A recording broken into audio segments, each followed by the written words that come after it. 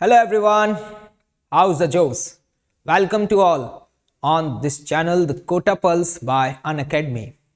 JEE Mains first attempt का result declare हो चुका है और रिजल्ट डिक्लेयर होने के बाद आप सभी के जहन में कई सारे सवाल चल रहे हैं।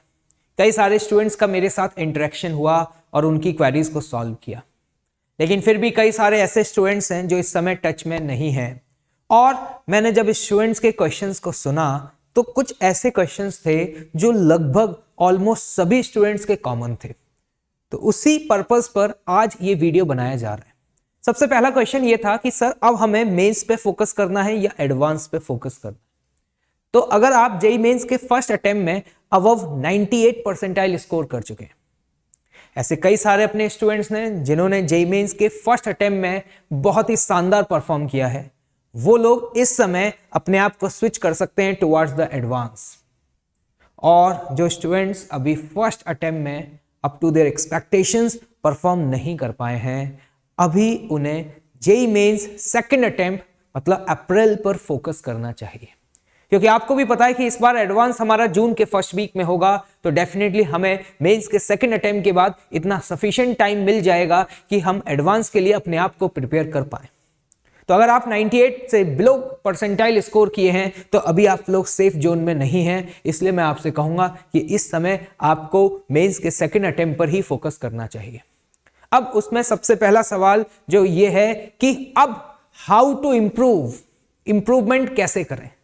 समय बहुत ज्यादा नहीं बचा है, क्योंकि जेई मेंस का सेकंड अटेम्प्ट भी नेक्स्ट 50 डेज बाद आने वाला है। अब आगे की हमारी नेक्स्ट 50 डेज में क्या स्ट्रेटेजी रहनी चाहिए जिससे कि हम सेकंड अटेम्प्ट में एग्जाम को फोड़ के आ पाए और अप टू आवर एक्सपेक्टेशन हम परफॉर्म कर पाए। तो देखिए, सबसे पहला, अलग अलग स्टूडेंट्स के अलग अलग तरीके के इश्यूज हैं। जैसे स्पेशली अगर मैं ड्रॉपर स्टूडेंट्स की बात करूं तो उनके साथ तो सबसे बड़ा चैलेंज ये है कि अभी उनका सिलेबस कंप्लीट ही नहीं हुआ है। तो मैं अभी यहां पर उन स्टूडेंट्स के लिए बात कर रहा हूं जो 12th पास स्टूडेंट हैं और इस समय जेई मेंस में अच्छा स्कोर नहीं कर पाए। तो देखो भैया, तुम्हारा सबसे पहला फोकस किस पर होना चाहिए? To complete your syllabus. Deadline set करो till 15th of March. At any cost I have to complete my syllabus. अब आप जब सिलेबस कंप्लीट करें तो उसमें आपको एडवांस लेवल पे जाने की जरूरत नहीं है। आपको मिसलेनियस प्रोफाइल के क्वेश्चन सॉल्व करने की जरूरत नहीं है। मिसलेनियस मतलब like multiple choice question, comprehension based problems, match the column, इस तरीके के क्वेश्चन सॉल्व करने की जरूरत नहीं है। आप नॉर्मल जो जेई मेंस का पैटर्न है, लाइक सिंगल चॉइस मतलब सिंगल करेक्ट क्वेश्चंस और न्यूमेरिकल बेस्ड क्वेश्चंस की आप प्रैक्टिस करें और अपने सिलेबस को कंप्लीट करें। जिस जिस चैप्टर को आप पढ़ते जा रहे हैं उस पर्टिकुलर चैप्टर के आप पैरेलली क्वेश्चंस की प्रैक्टिस भी करते चले जाएं। तो पहला ये टारगेट आपका होना चाहिए, क्योंकि आपको भी पता है कि जेई मेंस में जिस लेवल के क्वेश्चंस आ रहे हैं उस लेवल के क्वेश्चंस को सॉल्व करने के लिए आपको सब्जेक्ट को बहुत डेप्थ में जाकर के स्टडी करने की जरूरत नहीं है। आपको उस चैप्टर में जो बेसिक फॉर्मूले यूज हो रहे हैं वो फॉर्मूले पता होना चाहिए, उनकी बेसिक टर्मिनोलॉजीज आपको पता होना चाहिए। तो मुद्दा यह है कि हमें हर चैप्टर को कंप्लीट करना है, क्योंकि आपने ऑब्जर्व किया होगा कि इस बार अलग अलग शिफ्ट में जो पेपर आए हैं उसमें जो वेटेज था वो बहुत अनइक्वली डिस्ट्रीब्यूटेड था। किसी पर्टिकुलर चैप्टर में थर्मोडायनेमिक्स बहुत ज्यादा है, किसी पर्टिकुलर चैप्टर में मॉडर्न फिजिक्स ज्यादा है, किसी में इलेक्ट्रोमैग्नेटिज्म ज्यादा है। मतलब हम ये नहीं कह सकते कि सारे के सारे जो पेपर थे वो बहुत वेल बैलेंस्ड और इक्वली डिस्ट्रीब्यूटेड थे।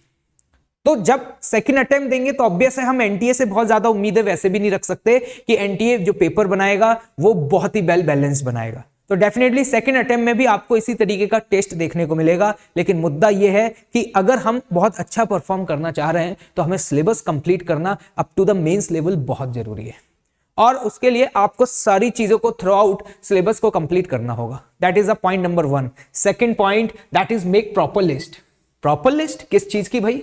लिस्ट किस चीज की बनानी है? ये कौन सी लिस्ट है? ये लिस्ट है उन चैप्टर्स की जो चैप्टर्स आपको आते हैं, मतलब आप जिन चैप्टर में कॉन्फिडेंट हैं वो एक तरफ लिखें। कुछ ऐसे चैप्टर्स होंगे जो हो सकता है आपने थोड़ा बहुत पढ़े हो, या हो सकता है आपने सिर्फ थ्योरी पढ़ी हो, न्यूमेरिकल सॉल्व ना किए हो, या हो सकता है कि उस चैप्टर में आपको पार्शियल कॉन्फिडेंस है, मतलब थोड़ा बहुत कॉन्फिडेंस है भी थोड़ा बहुत नहीं है, उसकी सेकंड लिस्ट बनाए। और तीसरी, उन चैप्टर्स की लिस्ट बनाएं जिसमें आपको बिल्कुल भी कोई भी इंफॉर्मेशन नहीं है, मतलब ना तो आपने कभी पढ़े हैं और ना ही आपको उसके बारे में कोई आइडिया है। इस तरीके से लिस्ट बनाने से क्या होगा, आपको समझ में आएगा कि अब आपको किस डायरेक्शन में मूव करना है। अब उनमें से वो चैप्टर्स जो लिस्ट नंबर 2 में है और वो चैप्टर जो लिस्ट नंबर 3 में है, उसे हमें हर हालत में till 15th of March cover up करना पड़ेगा। ये लिस्ट बनाने के लिए इसलिए मैं बोल रहा हूं क्योंकि जब लिस्ट हमारे सामने होगी तो लिस्ट में देख करके हमें समझ में आएगा कि अभी हमारा सिलेबस कितना बचा हुआ है, and that will be your driving force, जो कि आपको पुश करेगा जल्दी से जल्दी अपने टारगेट्स को क्या करने के लिए, अचीव करने के लिए। अगर आप लिस्ट नहीं बनाएंगे ना तो पता है क्या होगा, आपको हो सकता है कि इस तरीके की एक गुड फील आने लग जाए कि यार मेरा ऑलमोस्ट सिलेबस कंप्लीट है, लेकिन जब आप ब्रीफली एनालिसिस करते हुए ये लिस्ट बनाएंगे तो आपको समझ में आएगा कि क्या आपका कंप्लीट है और क्या आपका इनकम्प्लीट है। क्योंकि सबसे बड़ी पता है मेजर प्रॉब्लम यह है कि हमें एग्जैक्टली पता ही नहीं होता कि हमारे साथ प्रॉब्लम क्या है। हमें एग्जैक्टली पता ही नहीं होता कि हमें किस चैप्टर में कहां पे प्रॉब्लम है। और मैं आपसे इवन ये भी कहूंगा कि इवन आप जैसे कोई भी चैप्टर लिखें, उसमें टॉपिक्स का सब डिवीजन करें और ये एनालिसिस करें कि उस पर्टिकुलर चैप्टर में ऐसा कौन सा सब टॉपिक है जहां से सबसे ज्यादा क्वेश्चंस आते हैं, और साथ ही साथ मुझे उन टॉपिक्स में अभी कॉन्फिडेंस नहीं है। क्लियर है? That is the second point, please be careful about it. Next, follow NCERT. Chemistry में आपने देखा होगा आईओसी ओसी में डायरेक्ट क्वेश्चंस आपके एनसीईआरटी से आ रहे हैं, और मेंस एनसीईआरटी में डायरेक्ट क्वेश्चन की प्रोबेबिलिटी बहुत ज्यादा रखता है। मतलब एनटीए एनसीईआरटी से बहुत सारे क्वेश्चंस पूछेगा। तो स्पेशली केमिस्ट्री में, और केमिस्ट्री में भी मैं आपसे कहूंगा आईओसी और ओसी के लिए एनसीईआरटी फॉलो करें। अब बात आती है फिजिक्स में क्या करें। फिजिक्स में कुछ पर्टिकुलर चैप्टर के लिए तो डेफिनेटली आपको एनसीईआरटी को फॉलो करना चाहिए। वो पर्टिकुलर चैप्टर क्या है, जरा ध्यान से सुन लीजिएगा। Principle of communication POC, semiconductors and logic gate, modern physics part 1 part 2, wave optics, diffraction, polarisation. ये जो टॉपिक्स बताएं जो आपकी एनसीईआरटी 12th का सेकंड पार्ट है, ये सारे टॉपिक्स मैंडेटरी हैं आपके लिए, क्योंकि इस बार देखा गया कि कई सारे क्वेश्चन डायरेक्ट एनसीईआरटी की लाइन से पिक करके पूछे गए। इंफॉर्मेशन बेस्ड क्वेश्चन जो आपको डायरेक्ट आपकी एनसीईआरटी से मिल जाएंगे, तो उसके लिए this is mandatory to all of you. Please chemistry तो करना ही करना है, और फिजिक्स में जो मैंने सेलेक्टिव चैप्टर्स बताएं उसको आप फॉलो करिए। क्लियर? अब देखो यार, मुद्दा ये आता है कि ये तो सर आपने बता दिया कि सिलेबस कंप्लीट करना है, ये लिस्ट बना लीजिए, लेकिन क्या करें और क्या ना करें।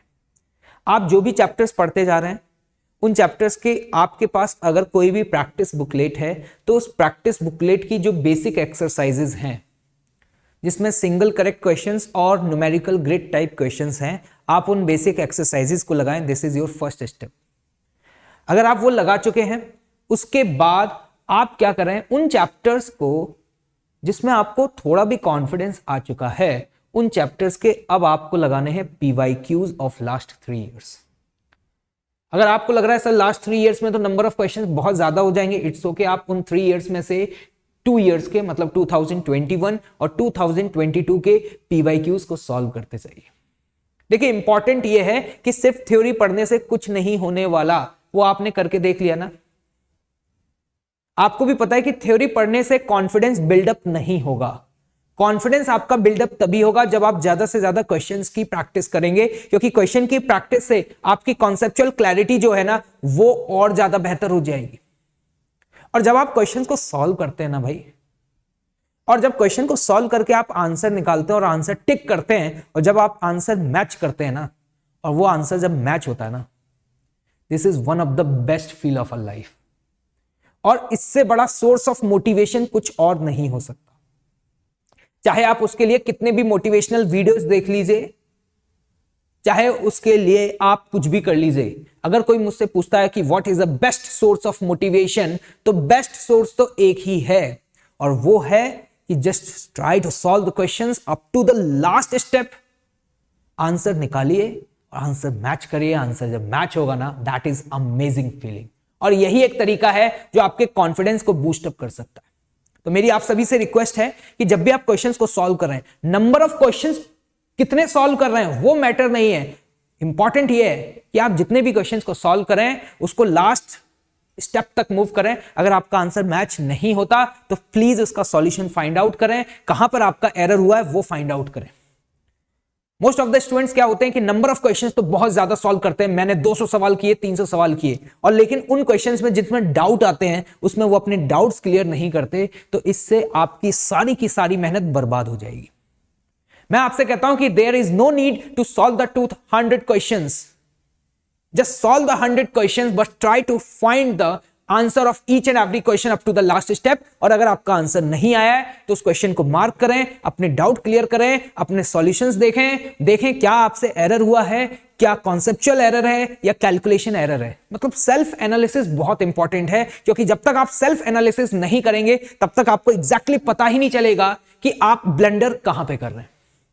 तो this is my request to all of you, please सारे ड्रॉपर्स स्टूडेंट्स इस समय अपने सिलेबस को कंप्लीट करने पर फोकस करें। ओके, अब एक और मुद्दा कि सर आपने तो जो भी बात करी ये स्पेशली ड्रॉपर्स स्टूडेंट्स के लिए करी, आपने 12th के स्टूडेंट्स के लिए तो अभी कुछ नहीं बताया। मैं आपको बता दूं कि इस पर मैं एक और डिटेल्ड वीडियो लेकर के आऊंगा जिसमें स्पेशली 12th स्टूडेंट्स के लिए चर्चा करूंगा कि how they have to manage the board exams and the mains plus advance preparation. इन दोनों को किस तरीके से आपस में मैनेज करें, इसको मैं सेपरेट वीडियो में कवर करूंगा। ओके, तो wish you all the best of luck. रगड़ के मेहनत करते रहिए, मैदान में टिके रहिए। आपने फर्स्ट अटेम्प्ट दिया, यही अपने आप में बहुत बड़ी बात है। अटेम्प्ट कैसा हुआ वो एक अलग पैरामीटर है, लेकिन जो हमसे गलतियां हुई हैं फर्स्ट अटेम्प्ट में वो गलतियां दोबारा रिपीट ना हो, ये स्ट्रॉन्ग कमिटमेंट आपको अपने आप से खुद करना चाहिए। Okay, thank you so much.